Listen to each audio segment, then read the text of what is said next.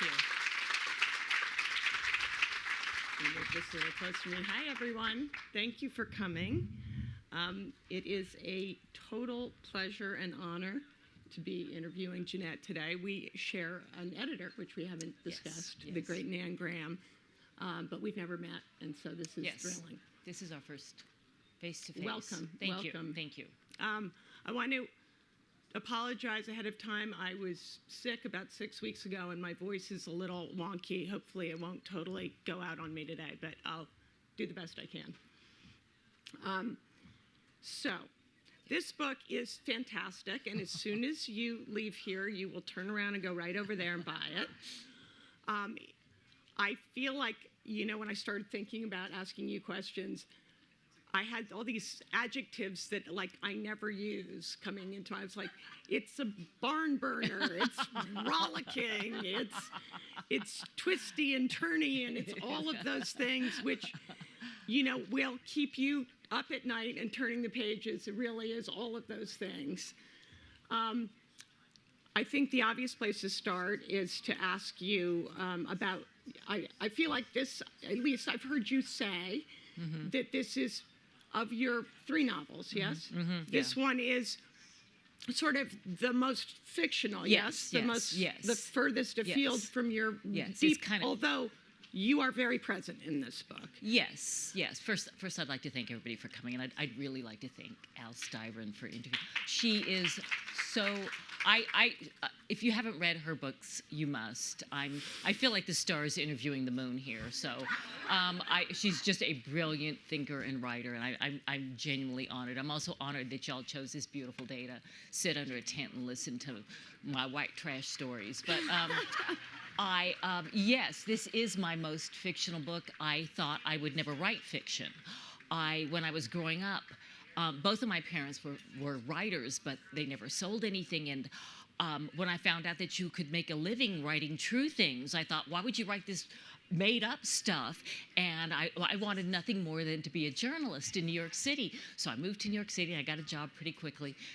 This will take a minute, so bear with me. I'm gonna go on That's a little. why we're here, I'm going on a journey here. I'm gonna take y'all with me here. But I got a job pretty quickly, and I was like, this is great. And I wanted to write about poverty and stuff like that. For whatever reason, I ended up writing about celebrities. It was just a weird thing. But I befriended a kind of a well-to-do man at the magazine I worked at. I didn't have a lot of friends because I worked really hard. And this gentleman, he asked me one day, he said, there's something about you that doesn't add up, Jeannette. And whenever I ask you about yourself, you change the topic. And why is that? So I changed the topic. And he said, well, that's it. If you won't talk about yourself, we can't really be friends because friendship's about trust. So I swore him to secrecy and everything, and I told him about my past. And his first reaction was, that would make a great book. So I married him. And he pulled it out of me. He pulled it, and I was a mess. I'll be honest. I was like, I thought once people knew the truth about me, I was going to lose everything. I was going to lose this fabulous job that I had. I had an apartment with a flush toilet, honey. Life is good, But I thought I'd be held in contempt, and the opposite happened. It was a very strange thing, telling your story. Truth is contagious. Honesty is contagious. And I thought I'd get fired from my job. Instead, I'm back on the red carpet asking penetrating questions. Who designed your outfit and stuff like that on the red carpet? And I was on the red carpet interviewing a well-known woman whose name I will not mention. She asked me to turn off the microphone. She said, I want to thank you for telling your story. My father's also a raging alcoholic, and I bought your book for friends who do not understand how you could love somebody who does such horrible things. And I thought, dang it, I can't write anything mean about this person again. So I didn't get fired, but I got defanged. And I had a problem because I have one slim little talent in this world. I'm really nosy, and I love people's stories. So I didn't know what to do. And my husband suggested we should move to Virginia. We brought my mom with me. She was homeless at the time. She didn't move in with us because I'm not a saint. We put her out back. And I started touring on behalf of the Glass Castle. And people, and this is why I love talking to readers. They're a lot smarter than I am. They're like, I understand your dad. I understand alcoholism. Your mom's a mystery to me. Why would somebody with a college education choose the life she chose?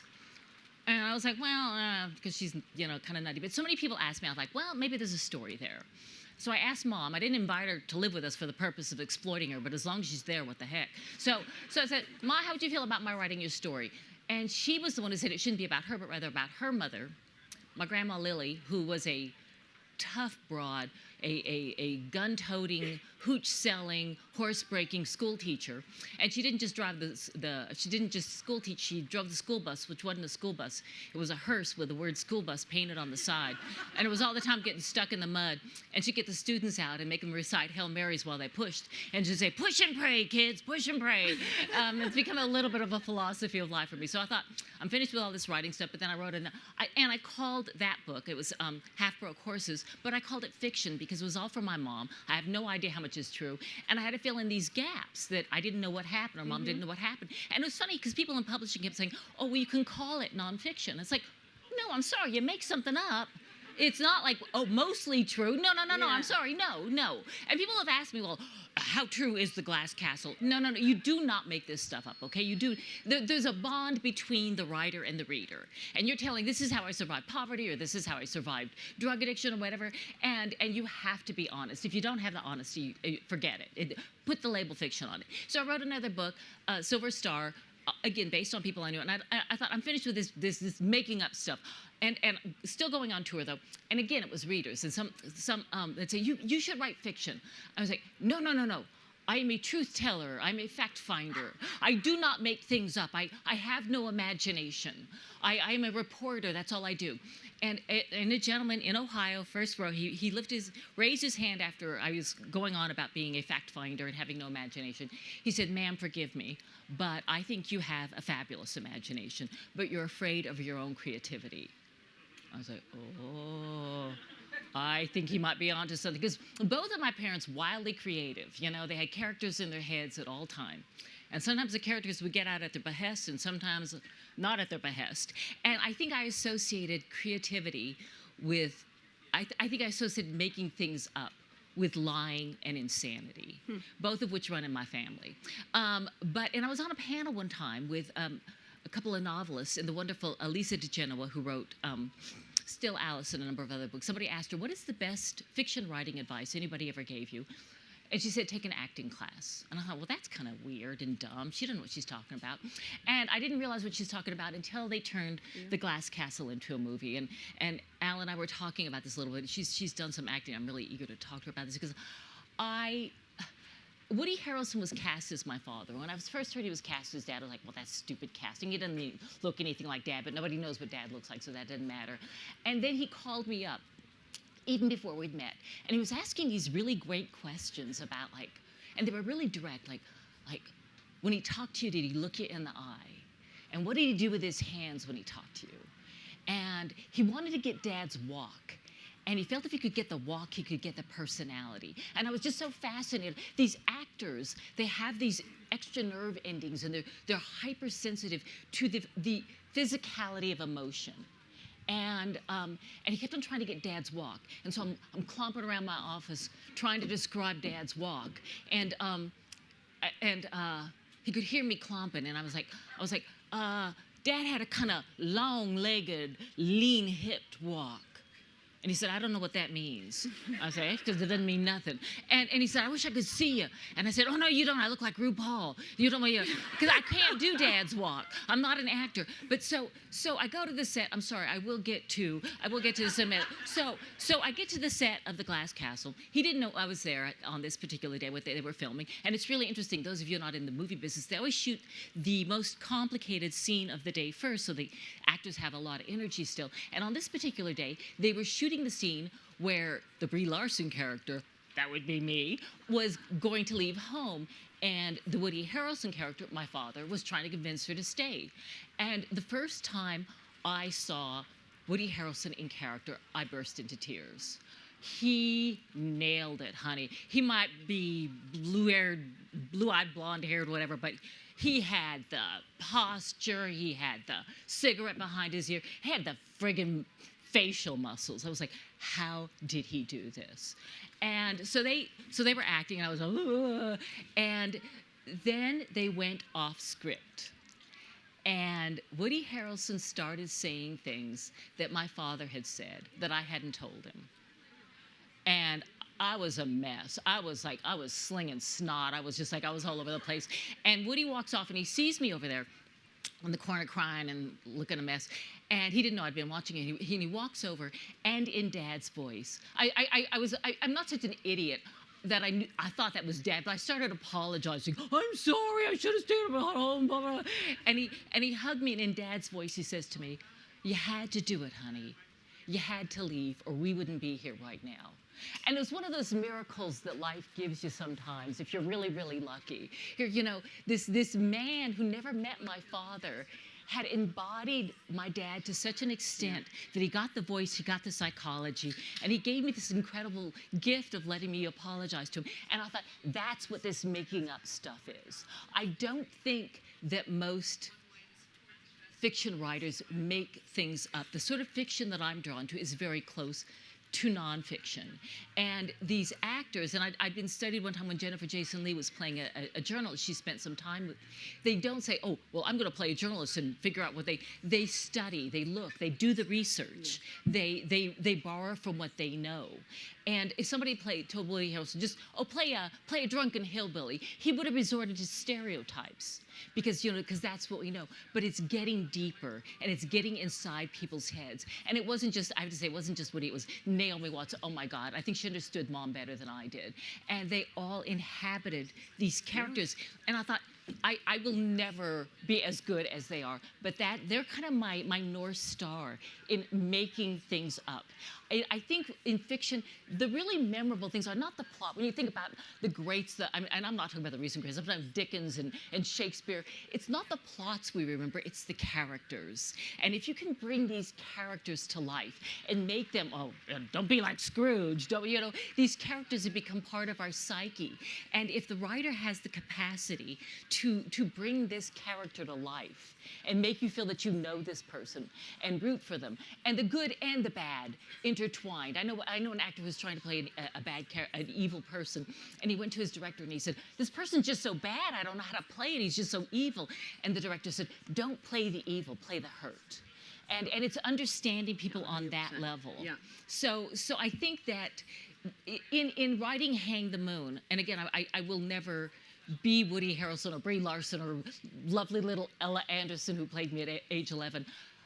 But that's kind of my North Star. That's my guiding light, to try to channel the characters and get inside their heads to the degree that I would know what they would say in a given situation. So, this book took you a long time. I mean, by my standards, not a long time. But by sort of traditional fiction writing, someone who turns out a book every 2 or 3 years, this book took you a long time. And as I understand, many drafts. Many drafts, yeah. And why is that, do you think? It's set 100 years ago. So I think that, as I was alluding to, I think that acting is a process of empathy, and so is fiction writing. And I'm not of the school that says you cannot write about somebody. I cannot write about somebody whose gender I don't share, or race, or whatever. I think you can go outside your demographic, but you got to get it right. You got to get it right. And so I was obsessive about researching.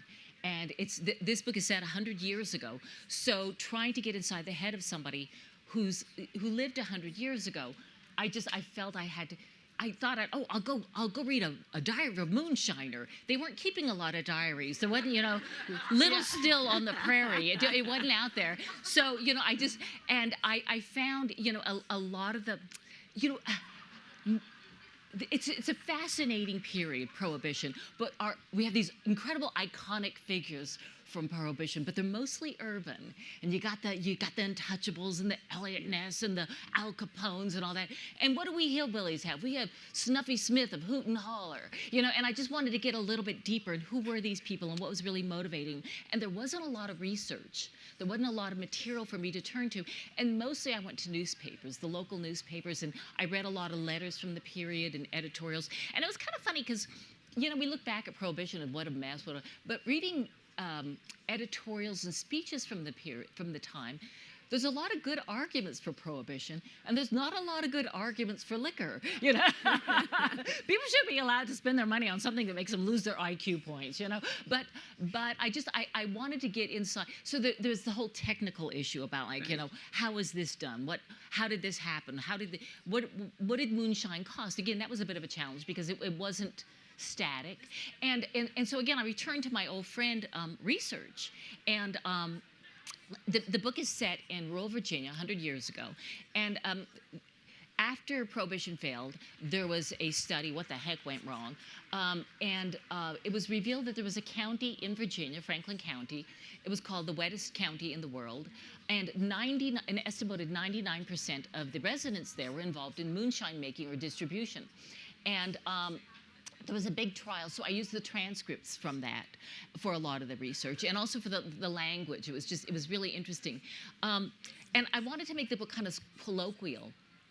And a lot of the slang and colloquial that we use, it was innovated during the 20s. So every word, every phrase, gussied up a 1930s word. I wanted to say that somebody had the balls. I found this lovely resource, Green's Dictionary of Slang, which tells you when various curse words entered the lexicon and where. And originally, my main character, Sally, she was a real potty mouth, and her go-to curse word was my go-to curse word, which is dumbass. And she was all the time talking, excuse my language here, y'all. But so she's always calling prohibition a dumbass law. And then Green's Dictionary of Slang revealed to me that dumbass is a mid-century curse word. A lot of the curse words, it was a GI slang, so I had to lose all my dumbasses, which broke my heart. But it felt a little bit more authentic afterwards. But so in this researching this trial in Virginia that happened after Prohibition had failed, I'm sure you all know the way that moonshine was run was there'd be these caravans. And the most difficult and dangerous position was the pilot, who's in the front. And the pilot would head off lawmakers and revenue people coming in, and somebody came in from the back, they would fall back and head them off that way. And the fiercest, fastest moonshine runner pilot in Franklin County was a woman. And her name was Willie Carter Sharp. And there wasn't a whole lot written about her. I looked high and low, and I don't think she had a happy ending. Sherwood Anderson wrote something about her, but it was completely made up.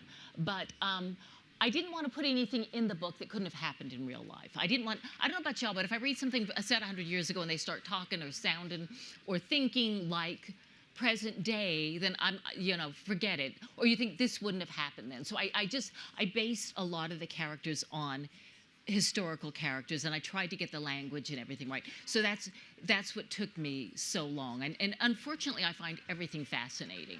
And I spent a day researching. I had something with an orange. Can I make it a navel orange? And in fact, navel oranges had just been invented. Yeah. And I had what I thought was a fascinating couple of pages on the history of navel oranges.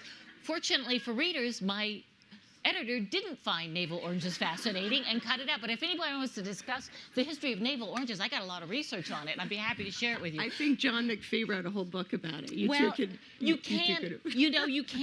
I mean, these things are interesting if if you get obsessive about it. And one of the characters is a baseball player, and I bought 3 books on early baseball. It was so interesting, and I ended up probably using. Well, I did use a little bit of the research, but it's just more to think, what were people thinking? And my editor, and she's brilliant, Nan Graham, brilliant, but a couple of times she said, you have to make the main character more sensitive to the less fortunate around her. And she has to be sensitive, but she can't sound like she just came from a Black Lives Matters meeting. So how do you walk that fine line? Because basically everybody was a raging racist, so how do you Right. How do you do that and make her sympathetic but true to the way that people were thinking and feeling? Well, that's the great challenge of fiction writing, because often your characters are highly unsympathetic. Yes. But no one will keep reading and no one will keep watching if they don't seem human. Right. And I think that you've got these, I feel like you have these, there are sort of themes and tropes, like all good writers come back to things that interest them. Right. And there is this kind of feminist thread in your work, and there's almost, always a woman who kind of not only gets by, but triumphs on her wits. Yeah. And that's not always, she doesn't necessarily start out as the most sympathetic. Yeah, she's a tough broad. She's a tough broad. Yeah, people say, you always write about tough women. I'm like, well, that's all I know.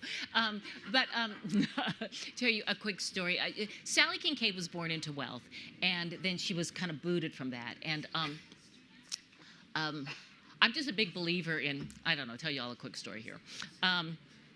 so I'd moved to New York City, and I was working. Nobody knew anything about my past. I was working at a kind of snooty magazine, and this kind of well-to-do woman, she wanted to go on vacation. Well, not kind of well-to-do. She had the houses in Switzerland and stuff like that, and she wanted to go on vacation with me. And so I thought, well, that'd be kind of interesting. What do rich people do on vacation? I'll go with you. What do you want to do? And she wanted to go to something called Outward Bound. Now, I'd never heard of this here Outward Bound thing before, and she explains to me that you pay a rather substantial amount of money, and you go out into the wilderness and you forage for food. And I'm thinking, honey, first 17 years of my life were in Outward Bound, you know? So I called my brother and said, you're not going to believe this. Rich people got to pay for their hardships, you know? And I thought it was just about the weirdest thing I'd ever heard until I got to know this woman better. And she's so strong and so resilient, but she doesn't know that. And so I had to give Sally her little Outward Bound. I had to give her like time out of this cushy life, whereas her brother, who she envied, got to stay with the father. Yeah. And tell me, in reading some of your earlier interviews, there is a Tudor. Oh. There's a Tudor family that seems to be, which would never have occurred to me, but I'm curious to know where that. Yeah, I don't talk about the Tudor connection in all. I've seen, a couple of times I've spoken, people, they hear Elizabeth first, and I see the wall go, the eyes close. But I'd always been fascinated by Elizabeth I. My mother and father would have these raging arguments about her because my mother hated her. She was like, she was selfish. She always wanted her own way. Everything was about me, me, me. And my father just adored her, said she's a tough woman who made it in a man's world and did what she had to do. And there was a price to pay, but she succeeded against all odds. And I love the story of this woman who everybody thought would be a nobody, who just, she did. She confounded everybody. And one time I was reading a biography of Elizabeth I, and all these cousins marrying each other and all these feuds going on and stuff like that. I was like, these people are kind of like white trash, aren't they? And I thought, hey, you could take the basic template and move it forward.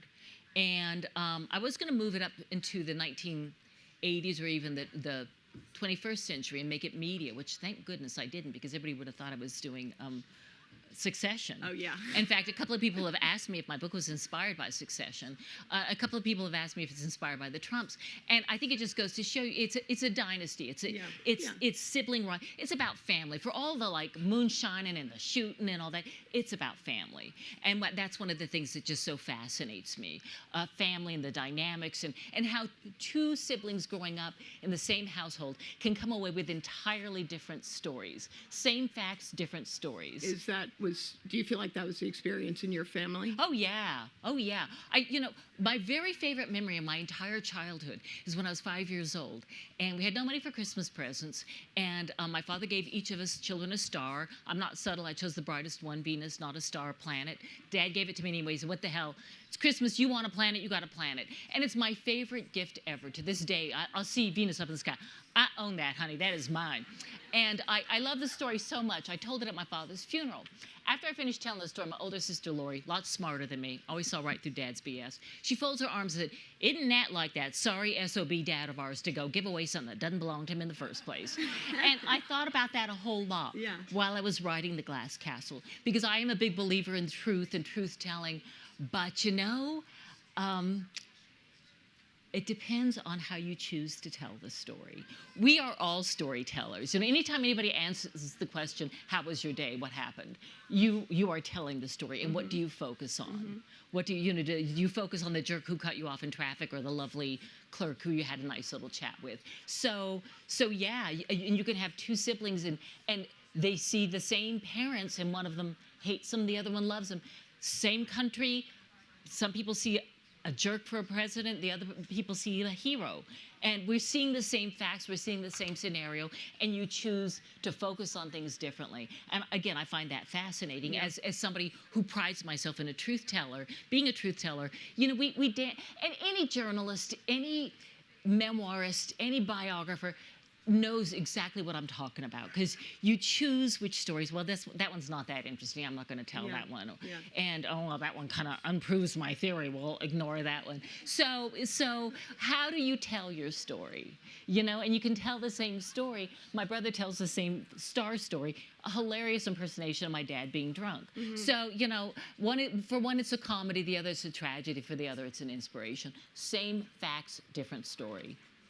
I think your work, I think one of the reasons that The Glass Castle has been a bestseller for so long, and the reason people respond to it, is also because I think there's something about giving people permission to tell their version of their truth that really, I think, has moved so many people. As writers, it's a goal, certainly, as a memoir writer. Yeah. But it's very hard to do do well, whether or not you and your siblings agree that this is how things happen. I think people, and I think probably a lot of people here who have read The Glass Castle are probably find that one of the great, powerful aspects of your writing is everyone is kind of, as you've said, people move towards you when you tell the truth. And it's been so beautiful for me because people feel safe with me and they tell me their stories. And some people have said, that just must be so weird, everybody knowing all this stuff about you. But it's been the opposite of weird, because I don't have to pretend, that I got a la-di-da background or anything. I used to think that the way to feel good about yourself was to feel superior to other people. I thought that was kind of my goal when I first moved to New York. I'm going to be a fancy dancy New Yorker and put on fancy clothes and all that. And I'd been living in New York for a little while. Decided to go back to this little town in southern West Virginia where I grew up, show them what a fancy dancy New Yorker I'd become. And I decided to go to this restaurant that would always been kind of too expensive for us Wallses to eat at. It was a coffee shop, but everything is relative. So I put on my fancy clothes and I sashay in thinking I'm all that, And I take a seat at a prominent booth. Waitress comes over, she's maybe 30-ish, but she looked like she had a kind of tough life. But I wasn't focused on her, I was focused on what she thought of me. So I was like, she hands me a menu and it says, special today, fish. And she comes over, she says, can I help you? I said, yeah, I knew from having eaten at fancy restaurants in New York, the waiter comes over and says, the special today is Chilean sea bass, whatever.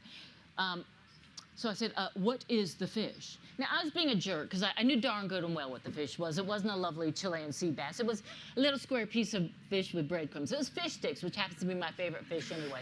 But I was trying to humiliate the waitress and saying, oh, this is a fancy restaurant. This is not a fancy restaurant like you're obviously used to eating at. This is a coffee shop, so that I could feel superior to her. So I said, what is the fish? And she said, excuse me? I said, the menu says special today fish.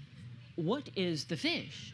And she looked at me to see if she'd heard what I was just asking. And she looks around to see if anybody else had heard what I just asked. And then she says, kind of slow and careful so I can understand her, the fish is an animal which swims in the water.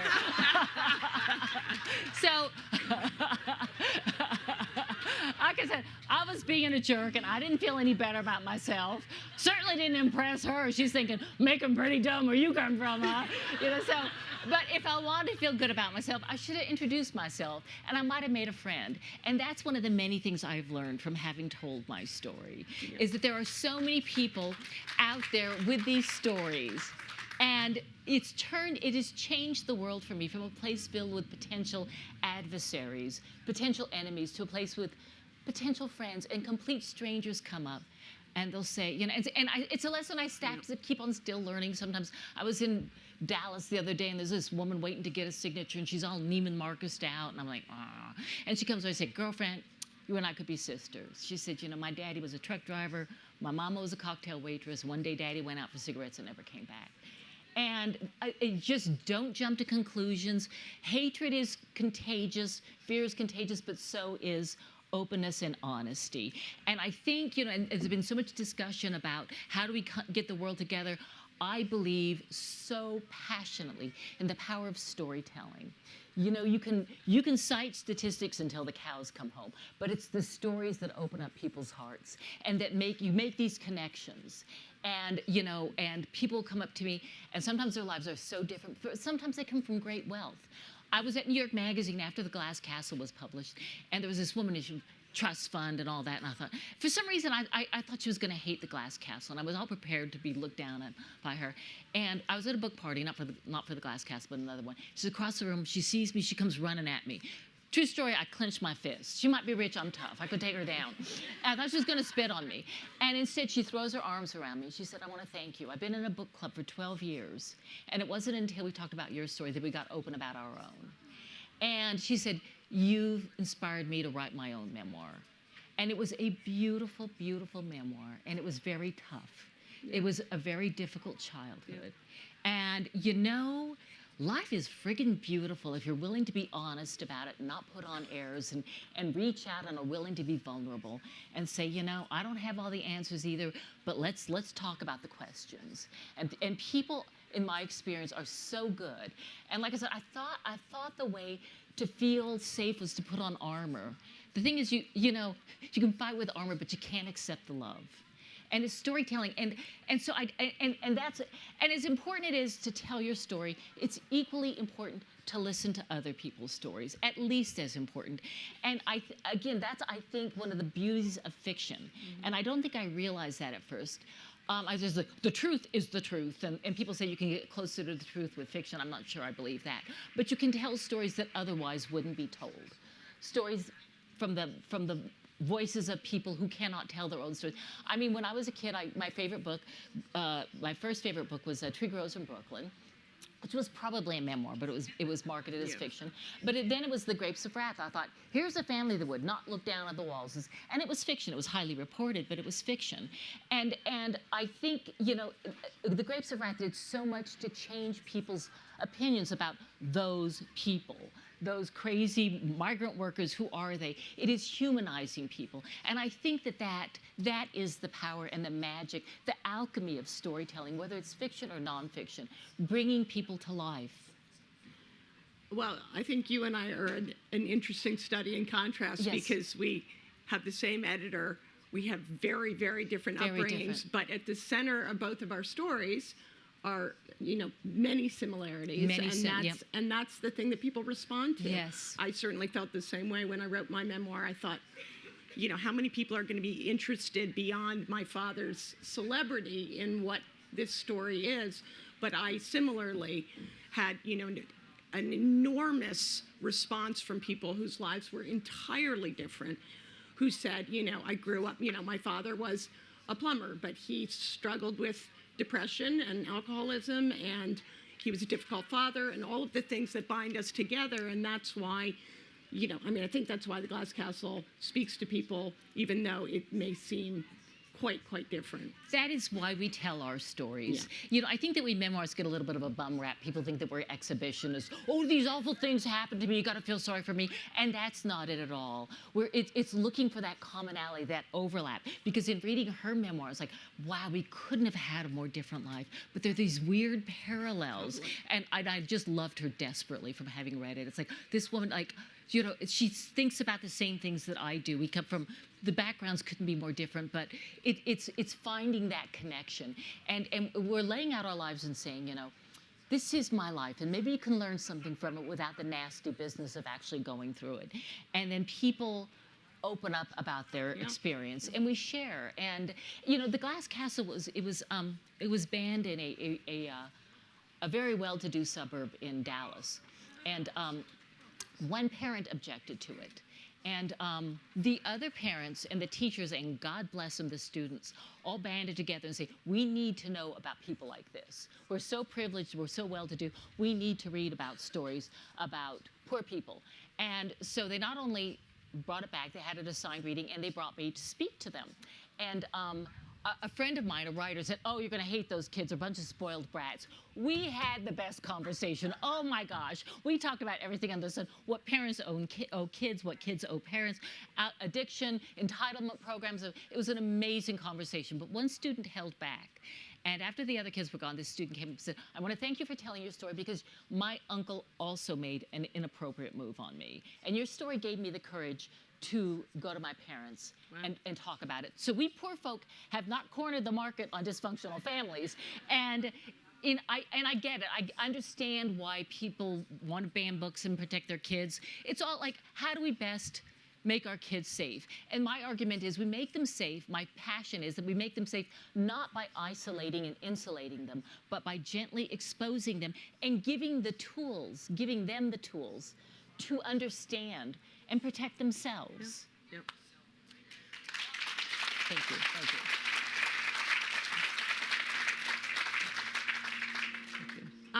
Tell me a little bit about who you like to read and who were sort of inspirations, particularly for this book. What? I'm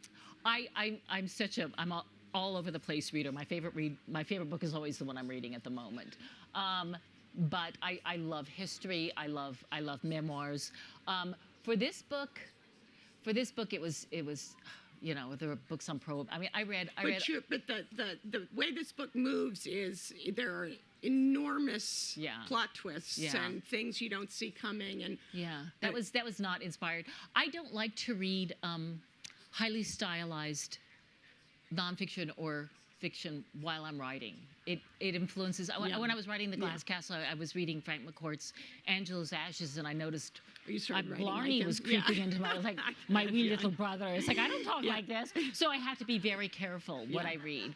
And I read about 300 books for this, and way too much on the Tudors. I didn't need to know all that about the Tudors, but I went down so many rabbit holes on everything. I mean, words and styles, and I had all these wonderful. It was so interesting about cooking, because cooking was just kind of becoming a fancy thing because of electricity. So, I had all these neat menus, because 20 years earlier, they'd say, a cup of this, a pinch of that, and cook it at a high heat for about an hour. And then around the 1920s, because they had, stoves with controls, it was cook it at 220 degrees. Well, you can tell I'm not a chef, because nothing gets cooked at 20. But they had these and there was this recipe for tornadoes of beef. I just love that. I wanted to include that. And they put everything in Jell-O, and I wanted to include all that stuff, but I couldn't. I love anything that is just kind of honest. Whether it's fiction or nonfiction, somebody that tries to solve this blessed, beautiful mystery of the human being. What makes us tick? Why do we do what we do? And, sometimes they're great big old fat books, sometimes they're little, and anytime anybody's willing to be honest, and it is so interesting to me how fiction can get very close to that. I'm not going to say which one I believe gets closer, but I love reading. For all that my parents didn't give us kids, I cannot remember not knowing how to read. Our house was always filled with library books. Sometimes we returned them, but and we were not only reading at a very early age, but writing as well. I think I want to open it up to, I know you have a lot of fans here and probably people who are excited to ask you questions. So we're not using mics. Mics are in the aisles here. You can come up and ask your questions. Sorry, that would really help getting I really enjoy Glass Castle, and I look forward to reading your new book. Thank you. Another author who's written about his experience with Appalachia is J.D. Vance. Oh, yes. And yes. I'm just curious as to whether you have any comments about his own writing and whether you've met him. I said ask anything, and now she did say that. Now she has to answer. I didn't connect with that particular book. I was fascinated to read. It's like, oh, I'm going to love this. And I'm a very impatient reader. And if it doesn't get me in the first 30 pages, I'm on to the next one. And that one just didn't resonate with me. I kind of knew people like J.D. when I was growing up. I was like, oh, I know where he's going. I got this. And I didn't feel informed. And I'm sorry if there's J.D. Vance fans out there. I apologize. Now we're going to get into a J.D. Vance conversation. Yeah.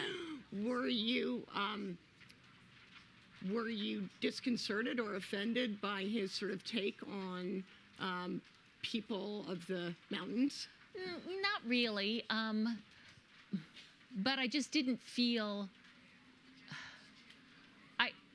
I didn't feel that he was really being I felt he was kind of separating himself and saying, I'm different and I'm better. And that didn't offend me. Yeah. But it's just like, well, nobody's different and better. Nobody Yeah. is. That's, he's an ambitious man. It's funny because I've spoken to a number of friends from Appalachia about it, and they say, he wouldn't pour. He wouldn't pour, But that's not poor. You got a grandma who'll take care of you. You're lucky. But but he knew that it just didn't resonate. I'm sorry. Again, if you're a fan, my apologies. It just.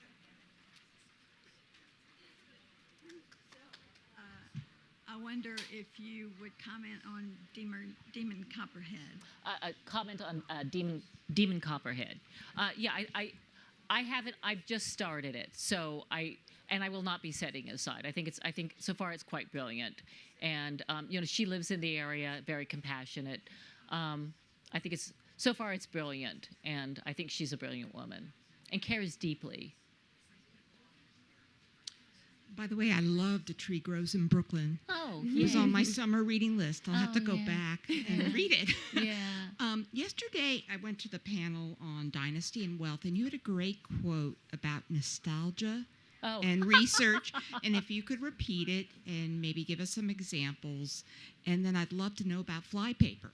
Oh, the detail about flypaper is.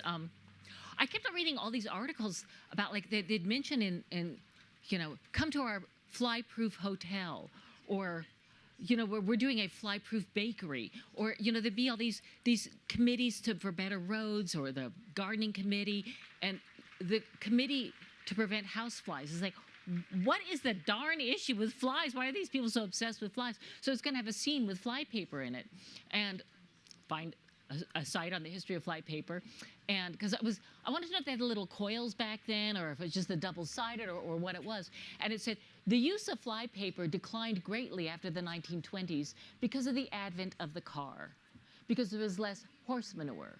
Oh, I'm like, that makes perfect sense. so this is why I love research, even though I Yeah. didn't use it. Like, Yeah. that's really interesting, and that's part of the whole thing about the cure for nostalgia is research. You forget how dirty everything was. Yeah. You also, the importance, and my editor kept on saying, you got to put in about the women getting the right to vote, and it was important, but the newspapers in that area in Virginia weren't covering it. What, in my opinion, really made the big difference for women's rights it was the automobile. It so changed people's lives. It gave them mobility. Because women themselves couldn't hitch up. Well, some of them could hitch up the wagon, but getting out of town or getting to town, it was extremely difficult. And the automobile, it changed so much. But you needed the good roads for that. And the number of articles about bad roads, especially up in the mountains, and it was all this whole question of isolation. So I thought I would love the 1920s. I've always had a thing about it, everybody's reading Gatsby and doing the Charleston and drinking from their flasks. And the casual racism and gleeful sexism, like racist jokes in the newspapers, and, jokes about women drivers, and just the hatred and ugliness that was just so transparent. At least we try to hide it sometimes. Some people don't try to hide it, but it was just the struggle of just keeping the house clean. It was so difficult. Yeah. Everything was difficult. Right. And it's very easy to back easier, simpler times. Prohibition was largely a nativist movement. One of the reasons I was drawn to the 20s in the first place is because it was such a transitional period. But with transition and change come fear. And the newspapers were just filled with articles about dusky people from the Mideast and stuff like that. And Prohibition was the Irish with their beer and the Italians with their wine. Let's go back to a simpler, better time. Sound familiar, folks? But there was just such hatred and fear and ugliness, a fear of the future. And, this happens whenever there's progress. And I think that this period is actually going to be looked at, the 2020s is going to be looked at nostalgically. I think people are going to look back and say, wow, look at all the amazing changes that happened in this period. We're living through it right now, so we don't see it clearly. But the rights that people are getting, yeah, and there's a lot of pushback, there's a lot of ugliness going on, but wow, I mean, I can remember, it's not, it's inconceivable, some of the rights we have now versus 20 years ago. I'm sorry, there's another question.